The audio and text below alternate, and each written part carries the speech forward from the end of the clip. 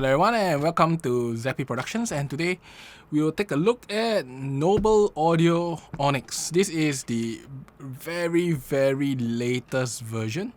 You can see this is the Onyx itself. Now it just so happened that my local distro has a demo set, so I was asking him, what is the newest interesting stuff to try out. He just let me try and I'm really impressed by it. If you want me to just give a very short impression of what I feel, it's like a very refined version of what you get along in the mid-range, but with a lot of sub-bass, even better clarity, and even nicer mids that are well-bodied, and not only that, very lifelike. And it is quite expensive, 3,200 USD, but I think, after I try it, and thinking back about all the previous IEMs I have, I think this can be quite the major upgrade and maybe the end game for some who love that sub-bass feel with very lifelike mids itself. But no, let's not waste time. Today will be an unboxing and an initial impression, so let's do it. Now I have opened many IEMs in the past few years. This is actually my third high-end IEM, so let's see whether it feels high-end or not. I noticed that IEMs normally don't feel very high-end when you open it, and this one looks pretty nice, so I have great expectations. So firstly, it's a box in a box. This is what I expect from a good IEM, a box in a box. So this is like the outer box with Manex. Actually really nice. I mean, this is the first time I actually received a box that is not a cardboard box. I mean, normally we don't really care about boxes, but it's always good to know that you are taken care of, even if you throw it away. Alright, and next, this is the inner box, crush-proof case, very good. This is an IEM. Oh, so the IEM is already attached with the cables, and this is a carrying case. I just love how it is already immediately can be used to wear, Some IEMs come detached, display really nicely, and not really ready for wear. Okay, let me try and see. This is, I believe, the this is the case for all the tips. So when I first tried this, there was a bit sibilance in the tip itself, and I changed the tip. So not too sure. I changed to a spin fit Omni, and it was really good. I mean, all these are foam tips, which I don't really like, and I really need a small tip. So give me a moment. Let me try to find a small tip, because there's no point for me to test anything if I don't get a small tip, because it doesn't work for me. Okay, I'm back now, and I'm fitting on some tips first. This may not be the final tip. I'm not sure, because the tips actually affect the sibilance, so I'm not sure whether this will be a good one. But pretty much that is all in this box itself. I mean, this is actually a really nice box. I think it's pretty overkill. But I guess that, if you really want to keep your IEM and travel with all the tips, maybe useful. I think the tip case I will change because I dislike foam tips. They are really messy. These are the IEMs. This is the Onyx. You can see from the build itself. I believe this is a metal shell, and then it has a nice outer finish. This looks like, let me see, some sort of multi-layer resin plate here. Yeah, you can actually look if you look from an angle, you'll see that it's actually multiple layers inside. It's quite a nice, interesting weave. Feels a bit 3D when you look in real life, and I'm guessing that no two plates are the same because they have a certain pattern to it. I'm not too sure. No, maybe I will have chance to try and see some other versions and see how. Now this is the cable that they gave. Now this is I'm not sure. This I remember it's a 4-core cable. Not too sure of the specs, but at least it's a balance. So all good. Can use it. And then the right channel and the left channel. This has a recessed inlet, so you will need a 2-pin, but with those rectangle heads to actually go in properly. If you buy a cable without those rectangle heads, you may not be able to go in properly, and you may have some issues. Other than that, pretty okay. I think this is one of those special type where there is some difference in the either the I'm guessing thickness or something, because there is a click feeling when you actually push it in. It uses quite a bit of force. Give me a moment.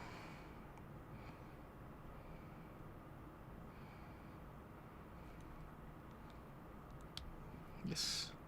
Okay, got the cable back in. Okay, without wasting time, let's do the initial impression. So for initial impression, I will compare it to my U12T here. Now, obviously, this is in wireless mode. For the purpose of this test, I will change this to a cable, and then we can try it out proper.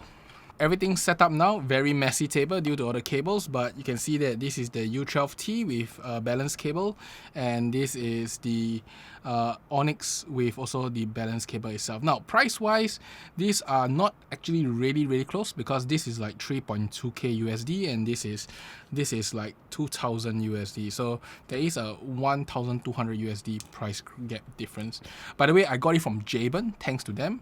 You know, they actually introduced me this particular IEM, and I really like it. That's why I purchased it on spot, and I just want to support local brands because they help to bring in all these devices, and without them we may not be able to test. I mean, everybody buy online these days, but buying online and not testing is going to be challenging, especially in a country like Singapore, because shipping things back probably not the most convenient thing.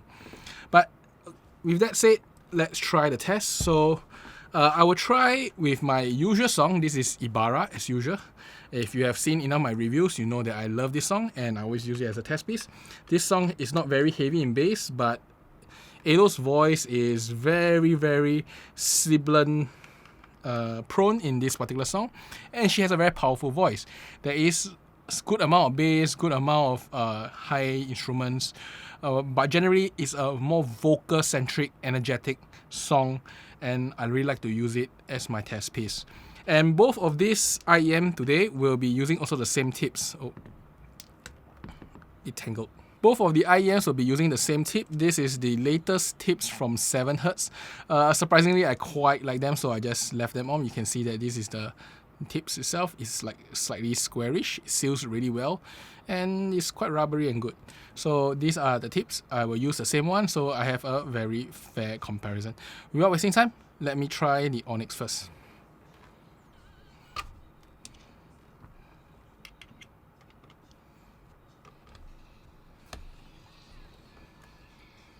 Okay, first impressions of the Onyx versus the U12T, and I would just say that the Onyx firstly has more body. The vocals are just more focused and more bodied on the Onyx itself, and there's no difference in terms of the clarity of it also. So the mids clarity on the Onyx versus the mids clarity on the U12T, very similar. The difference is how they render the mids itself, where the vocals, especially on the Onyx itself, is slightly warmer and slightly more bodied and a bit more focused too, and a bit more live, like just a bit. But the U12T have this very magical light feature and a bit more, I guess, a higher clarity feel, which is very suitable for Japanese music anime songs.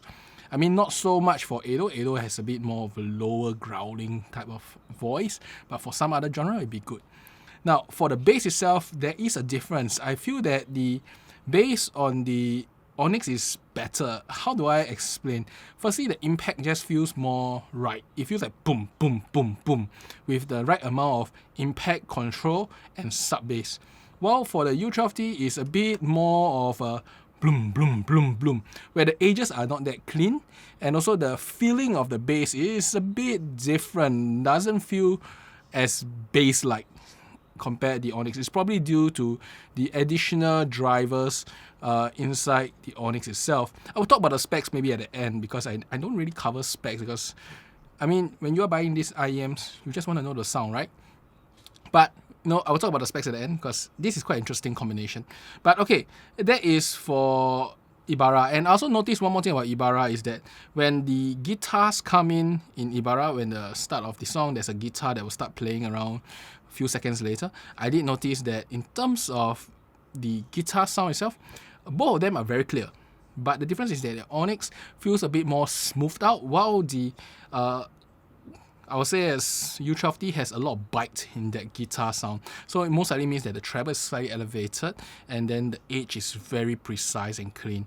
I think this is quite a well-known thing about U12T. It's very clear, and the higher, the higher tones are just like very precise on the U12T itself, unlike the Onyx.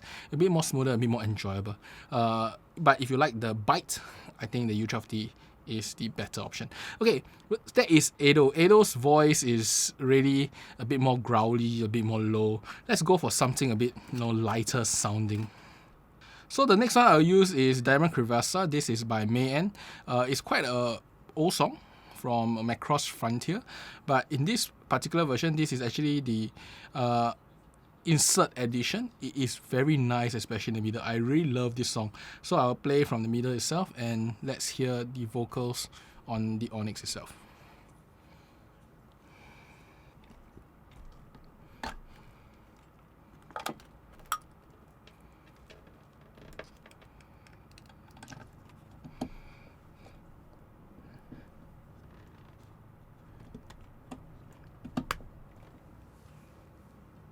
Now with Diamond Crevassa, May-En's voice in this particular song is a little bit more airy, a bit more open. Like, it's a very open sounding version of Diamond Crevassa. And for this particular version, if you ask me, I would prefer the U12T. But that being said, let's describe the sound itself. Now, the version on the Onyx, firstly, I will say the truth is that the Onyx has a very nice body. Very, very nice body. And it is also really, really smooth. I mean, it is definitely, if you are talking about the whole smoothness from the bottom to the top, I think it's smoother than the U12T, definitely, on that part. And also, there's this part of this song in the middle at 210, I think. There's a bass that will gum, gum. The feels on the Onyx is very nice. The Onyx has this very nice bass note go in and a nice vibration. This is probably due to the bone conductor that is inside this particular driver itself that gives very nice effects. Now, for the U12T, however, it has very nice highs and air. And in this particular song, where she's trying to sing it in a very light and airy way, the U12T beats it. I mean, it's just more, I would say, as the feels are better for this particular song, because this particular song is all about the airiness, about that mood of it, and the U12T carries it a little bit better.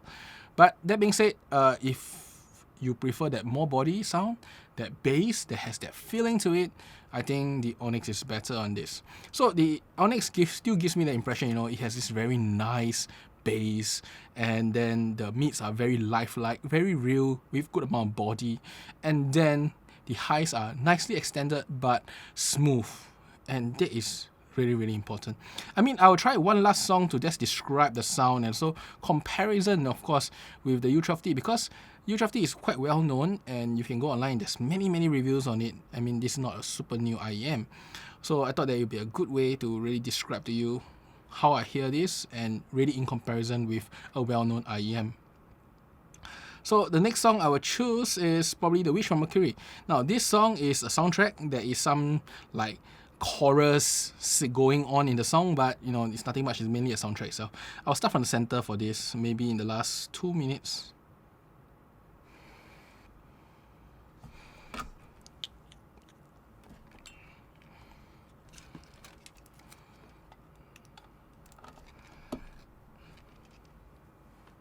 Now, in this song for The Witch of Mercury, I can tell you that the biggest difference is the feels of the song, and of course some part in the rendition of the higher frequencies.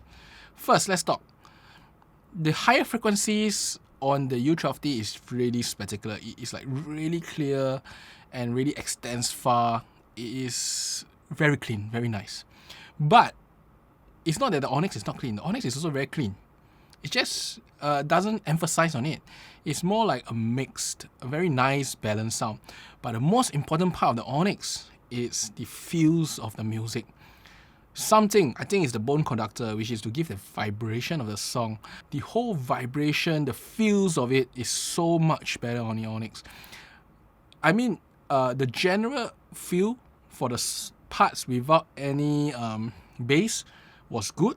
The difference is small. But once the bass comes in, the Onyx bass is like boom. Then you can feel the vibrations that spreads out throughout the music itself. That gives you a feel. It's like putting a small little subwoofer next to you and get the feels of that subwoofer itself. The feeling is really magical. And once again, the difference in the highs is the same thing. The highs on the U12T is like very extended, very clear, very precise, no sibilance. While the Onyx is also very clear, very precise, very extended, but it is very smooth. There is a very nice roll-off that is, I guess, depends. If you are here to listen every single music and be entranced by listening everything, being in the music itself, I guess the U12T will let you hear every single last bit of it. And that is important, especially for certain orchestra-like tracks or soundtracks where you want to hear all the details. But if you just want to enjoy the music, you want to feel like watching a cinema, a theater, the Onyx is it. The Onyx is like really watching a live performance with the feels of the sound vibration in the air, the atmosphere of it. It is like wearing very large headphones, and when you drive those scenarios, you also get that similar feel just in your head, but it gives you that feeling. While the U12T is just playing really, really, really good music. Now, which is better? I would say it depends. I own both, and this is the initial impression of the Onyx. I won't say that the U12T is worse off than the Onyx itself. In fact, if you like the rendition, the more brighter sound, the more I'll say it's clear, really, really emphasis on the clarity and the trebles, the U12T will be very good. But if you want the very last mile where your bass is a bit tighter and nicer, and the overall sound is more balanced with very nice roll-off in the highs, and most importantly, the feels, the vibration throughout the entire music, the Onyx takes the cake. And it costs $1,200 more to take the cake. I'm not too sure whether is it worth it or not. Now, this is not like the Velour. I tried the Velour. The Velour is just a more bassy version of this. But the Onyx is really different, a total different beast. It feels like it's not only just giving you more bass, it's giving you the feels of the bass too. So this is like a true subwoofer experience, while this is just like playing bass well. And my impression of the Velour is a better version of this when it comes to bass, but it's just very slight and probably not worth the difference in price. And that's really my initial impression of the Onyx when it comes to sound. Now, I promised that I would talk a little bit more about the driver configuration, because this is not a tri-bit, this is a quad-bit. So there is 4 different type of drivers inside. Just to let you know, this is a full BA, not any tri-bit, quad-bit or bi-bit or whatever version of it. This is a quad-bit where there is a bone conductor, then there is a dynamic driver, there is a BA, and then there is an electrostat for the highs. So it is a very nice combination that gives you everything in the range plus the feels of the music itself. Now, I don't have much time to try, and I'm not into the ultra sub-bass type of sound. So, maybe I'll find one track to really push this to the limit, because I know that the feels is mainly in those regions. I really want to try it out. But overall, I think this is fantastic. This may cost quite a bit. 3,200 USD is a lot of money. And today, with China brands catching up real fast, by the time you see this video, I already have posted my Aurora review. The Aurora is like really close, like 80 to 90%. When I try out, the difference is the mids. This feels more accurate and lifelike. The Aurora just feel like there's a deficiency somewhere, and the mids itself just feel not as fleshed out. And the bass is also not as deep, as rumbly, and the vibration feeling you have in this cannot be beaten, compared to the Aurora itself. This is really better in that feel extent. So that's really about it. This is the initial impression of the Onyx. And once again, this is really, really nice. I purchased it myself, but I have to thank Jaben once again to let me try out. They were really nice. I sit there for like an hour trying the latest of the Noble IEMs, and nobody could get to try it except me, and I'm really impressed by it. And that's about it for today. I hope you enjoy my initial impression and unboxing of the Noble Onyx. And I will recommend you to try it in any Jam trade show retailer. In fact, support your retailers, because they are the one that will let you try all this stuff. Without them, well, you can get it and return, but it's cumbersome. And really, all the retailers in Singapore, be it Jaben, AV1, and Zeppelin, I visit all three of them and I support all of them because they are giving us this extra value, and they don't even cost more. I mean, buying this online and buying this in Singapore is about the same price, same as the U12T. In fact, you know, all of them are in fact slightly cheaper to buy in Singapore because shipping in with GST costs more. So really try to support your local distro whenever possible. And that's about it for today. I hope you enjoy this short little video, and I will see you next time. Bye bye.